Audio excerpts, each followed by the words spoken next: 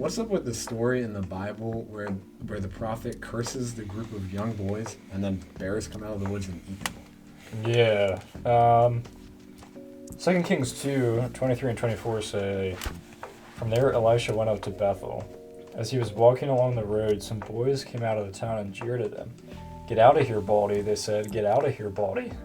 He turned around, looked at them, and called down a curse on them in the name of the Lord. Then 2 bears came out of the woods and mauled 42 of the boys." Yeah, on the surface, that seems pretty messed up. Yeah. So, when I read this story, my first thought is, okay, we need to stop and first recognize who God is. We have to recognize that He is a just God. We read that in the rest of the Bible. We know that is true, that He is just.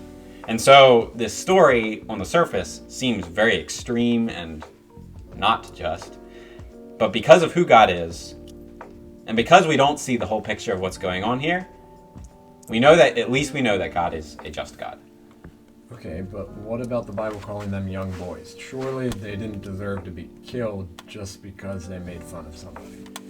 Well, actually, so the Hebrew word that's used here for young boys in some translations, or boys in other translations, actually refers to a large age range. So it can be anywhere from young boys to up to like older teenagers.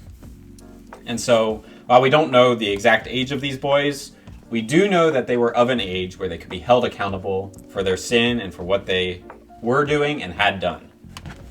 Okay, but wasn't Elisha wrong for cursing them and having them killed?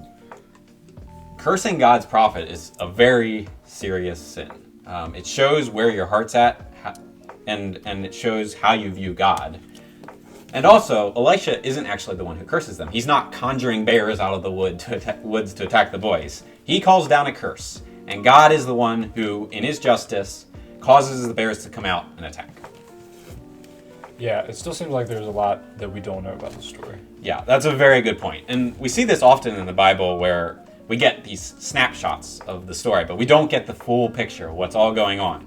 And so we do know who God is, and we recognize here that these boys are at a place where they're willing to curse one of God's prophets, which is a very serious thing.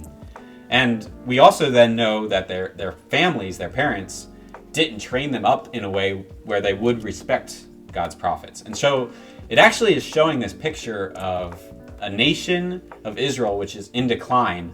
They're no longer respecting God for who He is. They're no longer following His commandments. And the contrast here, well, the rest around the passage here, we see other stories of the people of Israel rejecting God and not following Him. And that's contrasted by people who are not from Israel showing respect to God's prophets and honoring them. And so there's this picture of where the nation of Israel is as a people.